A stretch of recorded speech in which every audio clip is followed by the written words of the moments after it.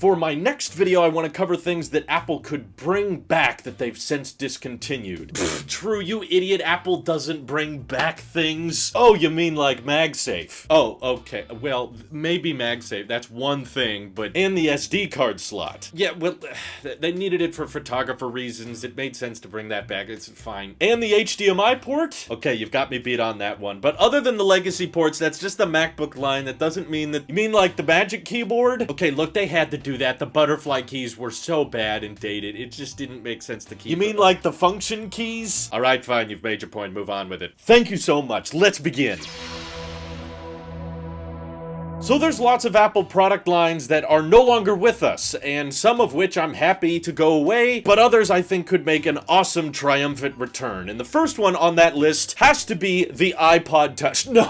Oh my god. I can't believe you guys believed me for a millisecond there. No, absolutely. iPod, stay dead. No, my actual first result has to be AirPower. Nope, sorry, that doesn't count either. I just couldn't help it. But no more troll answers. Legitimately, though, Airport Extreme, I have no clue why they got rid of this. Maybe it just wasn't very popular, but I had several friends buying these things when they were new, and they basically were just Apple-made, really well-designed routers that actually had storage space on them, which made it really easy to just have a little home server for everybody using Apple products to easily access and tap into. And especially now with Apple pushing for iCloud secure home video and more smart accessories being tethered to Wi-Fi. Plus, a lot of our Macs relying more on Wi-Fi for things like continuity camera, universal control, and AirDrop and all that stuff. Trying to streamline that and make it more accessible to the masses and very easy to set up routers and servers and that type of thing, I think Apple would be great at, and I'm just still butthurt, I guess, that the Airport Extreme is gone, but I think they could really do a good job with making it easy to set up and easy to work with HomeKit and all of your smart home accessories and that kind of thing. Especially now that we have like the easy AirPods like setup tactic where, you know, you just open the case and you get a little pop-up and it's automatically signed in to your Apple ID and you just hit continue. They did all that with a router. Oh my god, that would make it 1,000,000% easier to set up than basically all other routers on the market. So the Airport Extremes and stuff, Apple, please bring that back. I would appreciate it greatly. Next on my list has to be more of an accessory, probably something most of you have forgotten about, but since Apple has now returned to doing the squared off edge design with the iPhone 12 and 13, and that trend is likely to continue with the 14, it's reminiscent of the iPhone 5 days, but that squared off edge design originally started with the iPhone 4, and back when they made the iPhone 4, they also made bumper cases, which actually, because of antenna gate and everything, Steve Jobs ended up just giving those away to everybody. You could literally get one for free if you bought an iPhone 4, but I think that's a great way to still show off the color and the beautiful back design of an iPhone, plus it would still allow for easy wireless charging access, and you could still slap your MagSafe battery packs or MagSafe wallets on the back while still providing a good amount of protection by just kind of beefing up the side chassis a little bit. Plus, that could cover up the disgusting fingerprints on all of the Pro iPhones, and of course the bumper just has to be thick enough so that no matter how you drop it, as long as you're dropping it on like a flat surface, the glass won't actually be hit and the bumper absorbs most of the impact. I think that would look way cleaner than all of these plastic cases with the big MagSafe rings on them. You know, it would be a MagSafe compatible case because it's not covering up the back, and it would probably still feel a bit more premium because you get to interact with that glass both on the front and the back, and I just think it's a bit more elegant and minimal looking. So I want to see the return of the bumper cases, but that probably won't happen. Regardless, it made the list for me. If there's other things on the list you were hoping for, I hate to spoil it now, but everything else is going to be Mac related, and a lot of it has to do with Apple Silicon and that changing things for the Mac lineup. But for one, the 12-inch MacBook. I don't necessarily mean the display size exactly, but just that overall form factor. The fact that the butterfly keyboard went straight to the edge and then you put the speakers right above the function keys, that type of ultra-thin, super lightweight MacBook has not been attempted again since they discontinued it. But the main reason it didn't sell very well was because the price was kind of high, and also the performance and battery life were not that great. But now that Apple has kind of streamlined manufacturing MacBooks that don't have fans with the M1 MacBook Air and now the M2 MacBook Air, I think with the M2 chip and maybe down the road with the M3 or M4 chip, it would make a lot of sense for them to bring back that ultra-thin, ultra-lightweight wedge design. And yeah, I could be limited on I/O. This thing is just meant to go all out on portability, and with that Apple silicon on the inside, I still think the battery life would be decent and the performance would be okay for the market it's serving. I think you could probably recycle that form factor and make the bezels a bit thinner than what they were, but back when I originally reviewed that MacBook in 2015, I was immensely amazed by how thin and lightweight that machine was, and it was the only MacBook that I've ever used to this day where I could actually type on it with just my thumbs, because that's how thin and light it was. I don't know if there's a way to bring it back without the butterfly keyboard, but since they've kind of killed that off on all the MacBooks, I feel like they wouldn't want to revive that keyboard design again. But either way, something ultra thin and ultra light compared to even the M2 MacBook Air would be impressive to bring back. Next on my list is something they killed off many years ago, but I would still honestly love, is the 17-inch MacBook Pro. Now, I know the 16-inch MacBook Pro I'm currently using is pretty dang close to that screen size anyway, but a couple years ago I got to check out my brother-in-law's 17-inch MacBook Pro, and boy, that thing was a beast. I know that because of airline requirements, Apple is kind of limited by how much bigger the battery can be in the MacBook, but can you just imagine for a second if they made a MacBook Pro with a battery life so good that you couldn't even take it on a plane? Yeah, no, that would never happen. But let's just pretend they keep the battery capacity the same, but stuff in an even larger MacBook Pro with a beefier cooling system, and who knows, maybe you can throw in an M1 Ultra while you're at it. Since Apple has now shown they're comfortable making products that go above the term Pro and Max, I think that it would be epic to have like a MacBook Ultra that completely ignores portability, unlike the last suggestion I made with the 12-inch MacBook, and just goes all out on, let's make a thick, chunk, heavy-duty machine with tons of Thunderbolt ports, because we know the M1 Ultra is capable of handling more Thunderbolt inputs at the same time. So give it some extra ports on the side, even HDMI 2.1, heck, even put like a CFast card reader on the side, because this is for Ultra Pro users. And yeah, the battery life is not too big a concern, but you get an even larger display at a higher resolution, but it's still 120 hertz, it's still XDR and all that. You could even bake in some more powerful speakers, better microphones and all that. Because of how many people love having all of this performance, but also being able to take it on the go, I think they could take it a notch higher than even the 16-inch MacBook Pro, because I've packed that thing around with me, and I personally still think it's pretty lightweight and pretty compact, and I think they could go bigger if they really wanted to, even though the sales for that model would probably be low. But I honestly think more people would buy an M1 Ultra equipped 17-inch MacBook Pro than this stupid 13-inch M2 MacBook Pro, but they're still freaking selling that thing, probably because so many people will buy it, so I take that back. The 17-inch MacBook Pro would have more justification for existing, probably not more sales, because it would likely start at like $3,000 or $4,000. Next hits close to me because of how big a fan I was of this product and the fact that Apple has completely killed it off now, the iMac Pro, or maybe I should just refer to it as larger iMacs in general, because currently the 24-inch iMac is the only one in the lineup. They got rid of the 27-inch iMac and they killed off the iMac Pro even earlier than that. But I still think Apple is great at all-in-one designs, and while I'm very thankful that they made the Mac Studio, because it was kind of rare for them to make something more powerful than a Mac Mini with great I/O, even frontal I/O, because then you get to choose what accessories and what monitors you want to use with your Mac. But still, even with those larger sized iMacs, Apple was very good at combining silicon with a display resolution that you couldn't beat if you used a tower and an external monitor and that kind of thing. And that's one of the reasons I'm still such a big fan of the original iMac Pro, because it had astoundingly good performance at the time while still having a great display. It was the first 1080p webcam in a Mac, and amazing speakers built into it, and people who like Apple products care a bit more than most about aesthetics and making it look clean and having a minimalistic desk setup. And I still think that you could do a Pro end iMac that doesn't have a chin, that doesn't have white bezels, of course, and maybe is something closer to the size of a Pro Display XDR, but now you bake in an M1 Max or an M1 Ultra or an M2 equivalent of that type of chip, and while yes, it would cost a lot of money, it would probably still be cheaper than getting a Mac Studio and a Studio Display, or getting a Mac Studio and a Pro Display of the same spec. And it allows you to use one power cord, simplifies your setups, cleans up desktops a lot, while still being taken advantage of by ultra professionals and that kind of thing, instead of just what they have now, which is, well, if you want an all-in-one iMac, you basically just have to pick one of the colorful ones, which, by the way, that's the only device Apple sells now that has white bezels. All iPads have killed them off, all iPods are gone now, all iPhones don't have white bezels anymore. It's literally just that one colorful iMac that's rocking that, so if they made a Pro version of it, it would make sense to kill it kill it off in my view, but it would have fantastic speakers and probably really good microphones. You could build in a center stage camera and have a great canvas to work on and don't have to worry about having a little box or a tower sitting by, and I think there's absolutely still a market for that kind of Mac. But hopefully Mark Gurman ends up being right and that kind of thing comes out later next year. But those are the highest things on my list that Apple has killed off that I would like to see return. Sorry, I don't have a good answer for the $350